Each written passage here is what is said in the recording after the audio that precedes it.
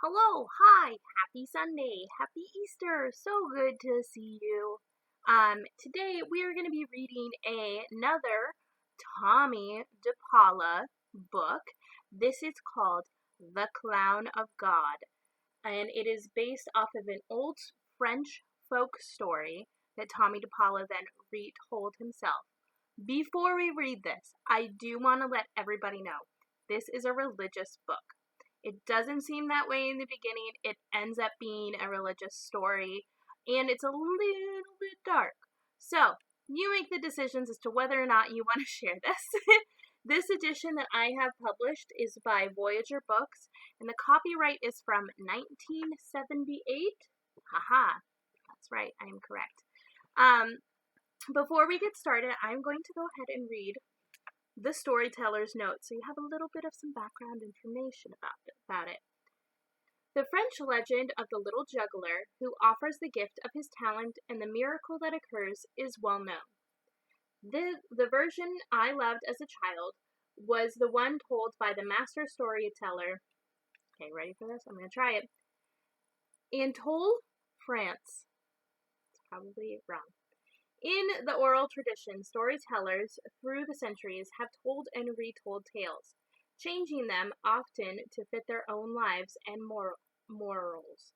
Following this tradition, I have lovingly retold this ancient legend, shaping it to my own life and experience, and called it by its oldest known title. So, here you go. This book was one of my favorites growing up as a kid. And it was one that I remember distinctly my parents reading quite often. So in the spirit of Easter and this holy time that we're all going through with no matter, what's going on, spring is coming, that's holy and special, Passover's happening, that's holy and special, Easter, that's holy and special, whatever you got going on, I figured I'd share it with you. All right, let's get started.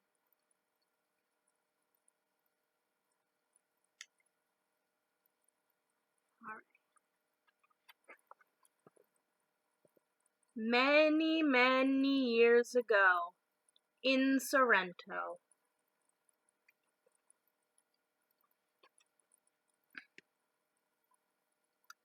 there lived a small boy named Giovanni, who had no mother and no father. He dressed in rags and begged his bread and slept in doorways. But he was happy, and he could do something wonderful. He could juggle. Every day he would go to Signor Baptista's fruit and vegetable stall and juggle.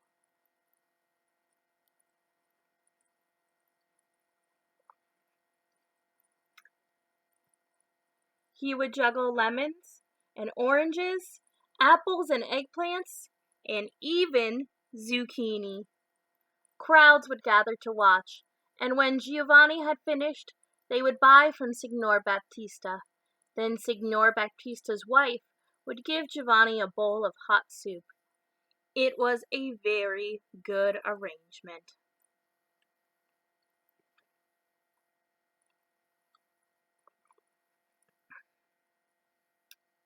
One day, a troupe of traveling players came to town, and Giovanni watched as Arkellis and Columbiana in their beautiful clothes danced and sang. Oh, Giovanni said to himself, this is the life for me. So when the play was over, Giovanni went and spoke to the maestro. No, no, said the maestro. I have no need for a ragamuffin. Go beg your bread somewhere else. But I could be very helpful, pleaded Giovanni. I could help unpack and pack up. I could take care of the donkey.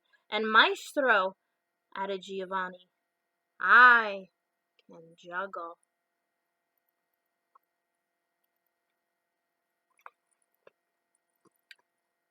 Not bad, said the maestro, watching, with a bit more training and practice. All right, but no money, a place to sleep, the companionship of the finest players in Italy, and a bowl of noodles. That's all. Grazie, signor, said Giovanni. Go get your things. We leave in an hour, said the maestro. And so Giovanni said goodbye to Signor and Signora Baptista and became a traveling player.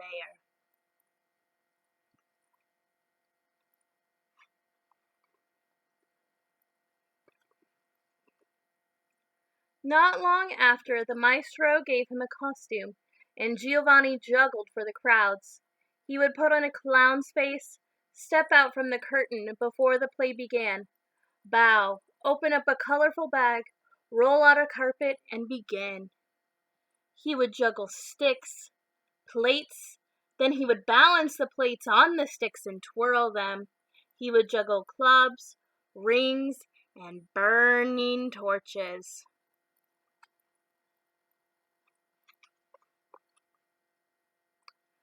Finally, he would toss a red ball and an orange ball and then a yellow ball, a green ball, a blue, a violet ball, until it looked like he was juggling the rainbow.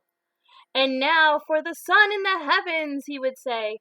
Still juggling, he would pick up a shimmering golden ball and toss it higher and higher, faster and faster, and how the crowds would cheer.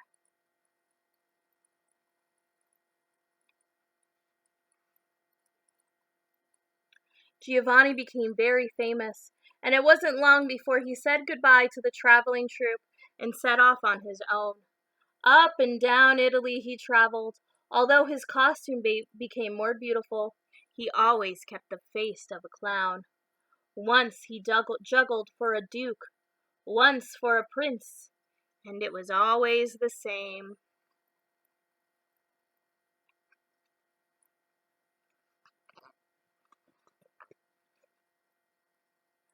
First the sticks, then the plates, then the clubs, rings, and burning torches. Finally the rainbow of colored balls. And now for the sun in the heavens, he would say, and the golden ball would fly higher and higher, and the crowds would laugh and clap and cheer.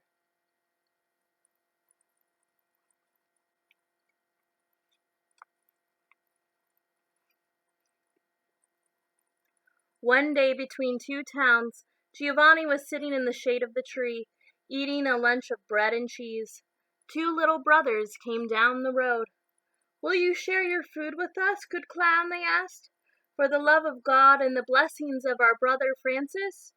"Sit down, good fellows," Giovanni said. "There is more than enough." And the three men ate. The two little brothers told Giovanni how they went from town to town, begging their food and spreading the joy of God. "Our founder, Brother Francis, says that everything sings the glory of God. Why, even your juggling," said one of the brothers. "That's well and good for men like you, but I only juggle to make people laugh and applaud," Giovanni said. "It's the same thing," the brother says. "If you give happiness to people, you give glory to God as well." "If you say so," said Giovanni, laughing. "But now I must be off to the next town. Arrivederci, good brothers, and good luck."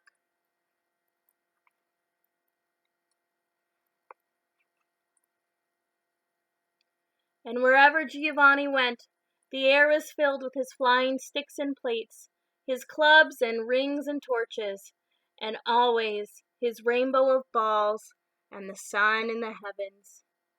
And wherever Giovanni went, the faces of the crowds would be all smiles, and the sound of laughter and cheers would ring through the towns.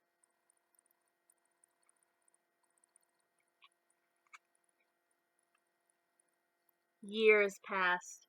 Giovanni grew old, and times became hard. People no longer stopped to watch. "It's only the old clown who juggles things. We've all seen him before," they said. Giovanni was sad, but he still juggled, until one day he dropped the sun in the heavens, and the rainbow of balls came crashing down, and the crowd stood around him and laughed, but not from joy. Then they did a terrible thing. They threw vegetables and stones at Giovanni, so he had to run for his life.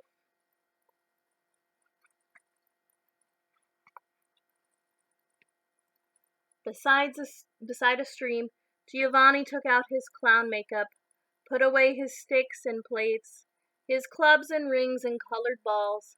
He put away his costume, and he gave up juggling forever. What little money he had was soon gone, and his clothes became rags, and he begged his bread and slept in the doorways as he had done as a child. "It's time to go home," the old man said wearily, and he headed back to Sorrento.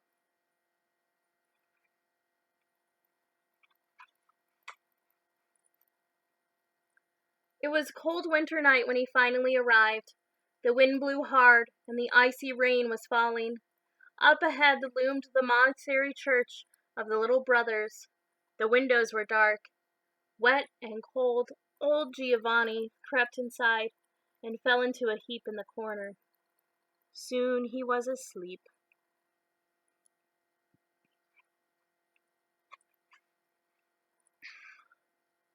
It was the music that woke him.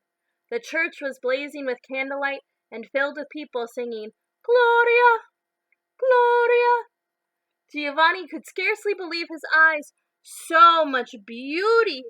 A long procession of brothers, priests, sisters, and town people, all carrying beautiful gifts, was winding its way through the church. They placed their gifts in front of a statue of a lady and her child. "What is all this?"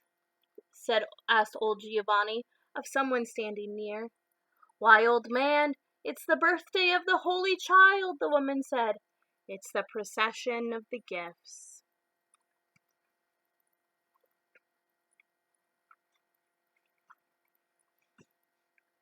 Giovanni watched in amazement until the singing was over. Then the church emptied of all of the people and was darkened except for the bright candles surrounding the lady and child. Giovanni moved closer. The child in the lady's arms seemed so serious, so stern.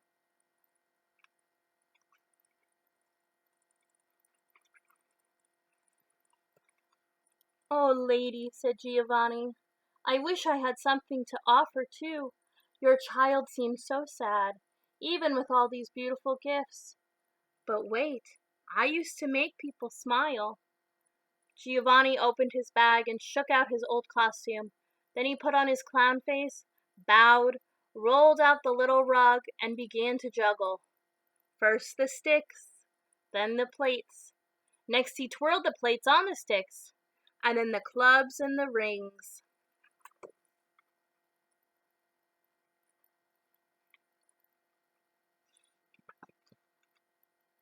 The brother sexton, who was coming to lock the doors, saw Giovanni juggling.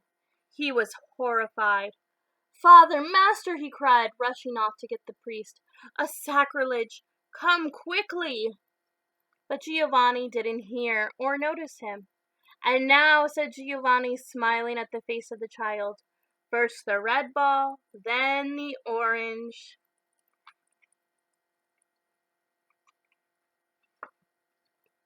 Now the yellow, and the green, blue, and violet. Around and up they went until they looked like a rainbow. And finally, cried Giovanni, "The sun in the heavens!" The gold ball flew up and around, higher, and Giovanni had never juggled so well in all of his life. Higher and higher, faster and faster, a blaze of color filled the air. It was magnificent. Giovanni's heart was pounding. "For you, sweet child, for you," he cried.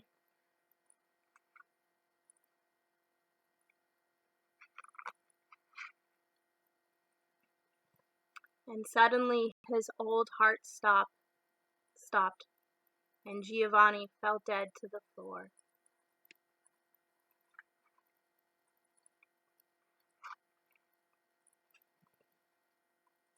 The priest and brother sexton came rushing in.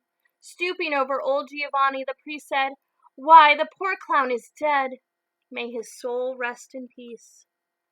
But the brother sexton backed away, and with his mouth wide open, he stared at the statue of the lady and her holy child. "Oh, Father," he said, pointing. "Oh, Father, look!"